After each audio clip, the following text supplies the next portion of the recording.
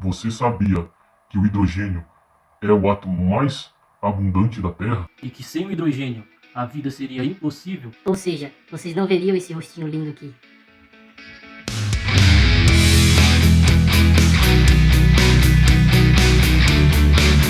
Fala, futuros doutores! Fala, futuras doutoras! Eu sou o professor Ipo e você está no Comédia! Para a aula de hoje, teremos a introdução do equilíbrio ácido-básico. Certamente que sim. Nós sabemos que o hidrogênio é extremamente importante para a vida e é através dele que o nosso sangue pode ficar muito ácido quando você tem um acúmulo de hidrogênio no sangue, ou muito alcalino, muito básico, quando você tem uma diminuição da quantidade de hidrogênio iônico. Hidrogênio iônico, porque o hidrogênio iônico é aquele que está livre, ou seja, ele não está associado a nenhum outro componente, a nenhuma outra molécula, como por exemplo na água, 2 hidrogênios e 1 oxigênio.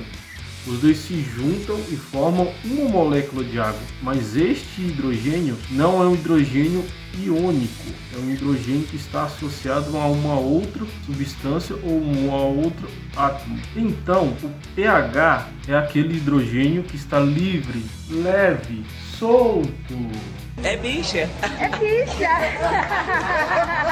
Na corrente sanguínea. A questão é que o hidrogênio é extremamente reativo, principalmente a proteínas. E uma proteína extremamente sensível a variações de hidrogênio é a fibrina ou fibrinogênio, que participa do processo de coagulação do sangue. E uma vez que o hidrogênio se conecta a uma proteína, ela muda sua conformação.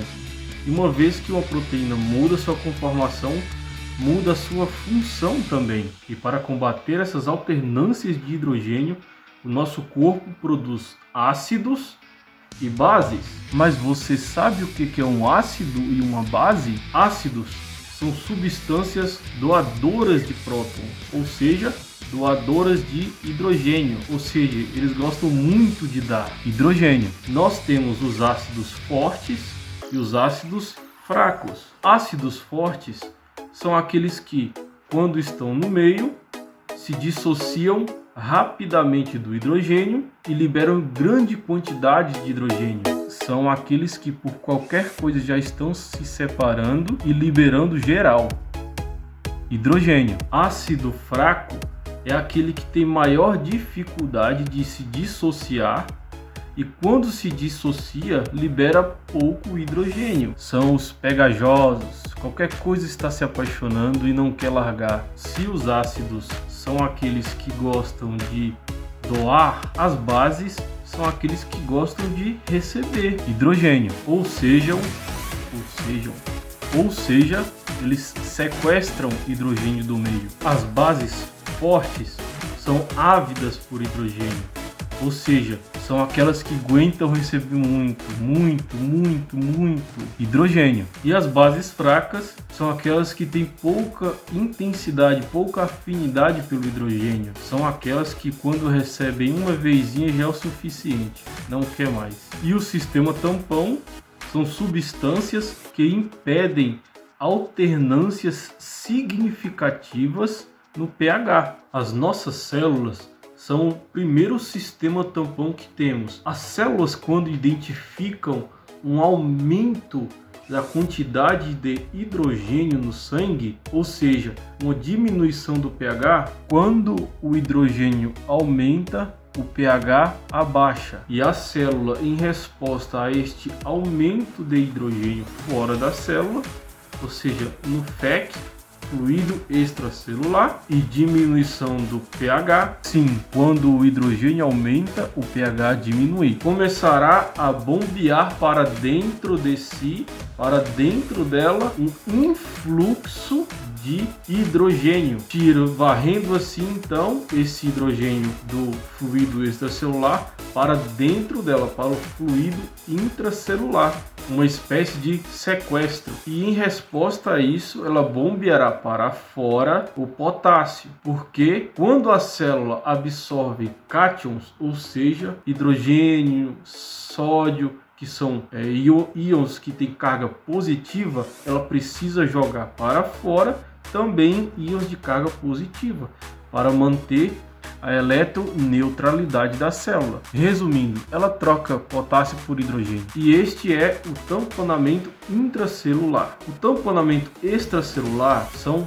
vários. E o tamponamento extracelular, o principal é o bicarbonato. Ele será o protagonista no tamponamento do hidrogênio extracelular. E uma das respostas que nós temos extracelular às variações de pH é a resposta pulmonar. Quando nós temos uma elevação do CO2 do sangue, ou seja, do dióxido de carbono, quando nós temos um aumento do CO2 na corrente sanguínea, o centro respiratório identificará essa elevação e em resposta aumentaremos a nossa frequência respiratória, ou seja, faremos uma taquipneia. Essa taquipneia, por sua vez, fará com que o pulmão comece a expelir em maior quantidade o CO2. E por que o CO2 altera o pH? Devido a esta lei,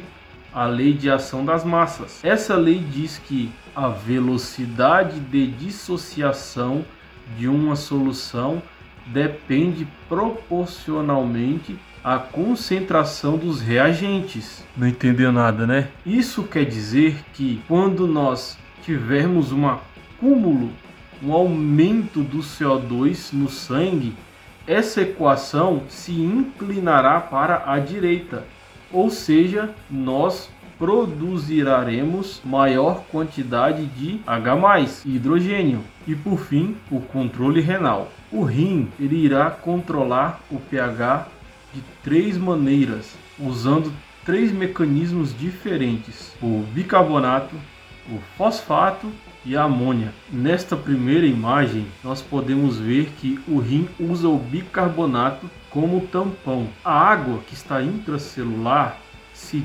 dissociará e se converterá em H+ e uma hidroxila, que é esse OH. Esse H+, ele irá por contratransporte, ou seja, um entra, o outro sai. Um entra, o outro sai. Que demais! Uma vez na luz tubular, ele será tamponado pelo bicarbonato, se tornando em ácido carbônico e posteriormente dióxido de carbono e água. Este CO2 que foi formado desta reação irá entrar na célula, pois é lipossolúvel, ou seja, tem passagem livre pela membrana, e dentro da célula ele se associará com a hidroxila que foi formada lá daquela dissociação da água e formará uma nova molécula de bicarbonato.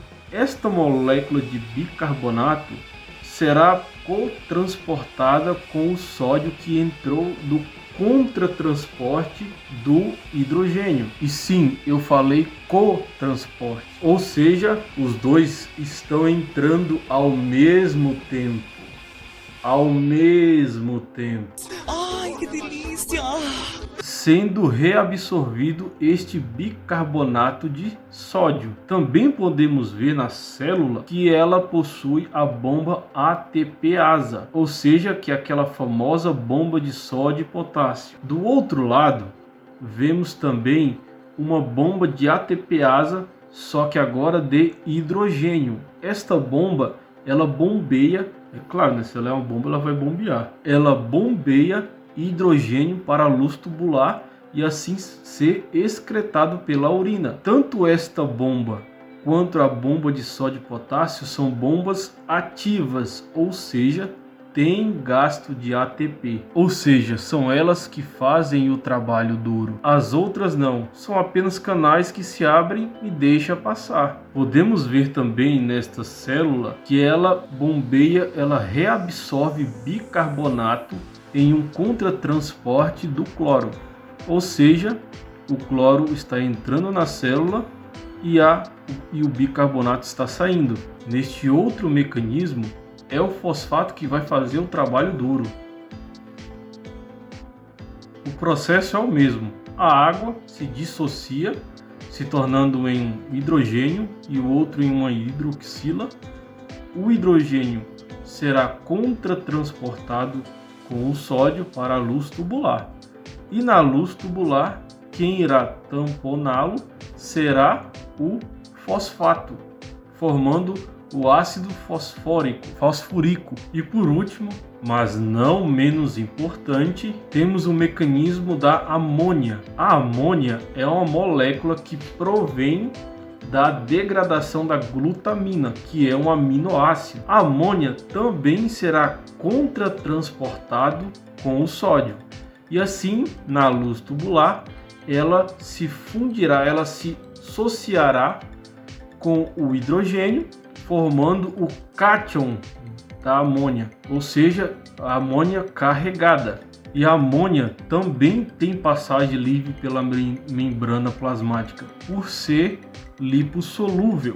E o restante é tudo igual. E por último, para mostrar para vocês que o processo de tamponamento extracelular pelo bicarbonato é imediato, ou seja, acontece em questões de segundos. O tamponamento pelos pulmões vai acontecer logo em seguida, ficando em segundo lugar. E em terceiro lugar, o tamponamento intracelular, aquela troca de potássio e hidrogênio que nós já comentamos. E por último, porém, o mais potente é a regulação renal.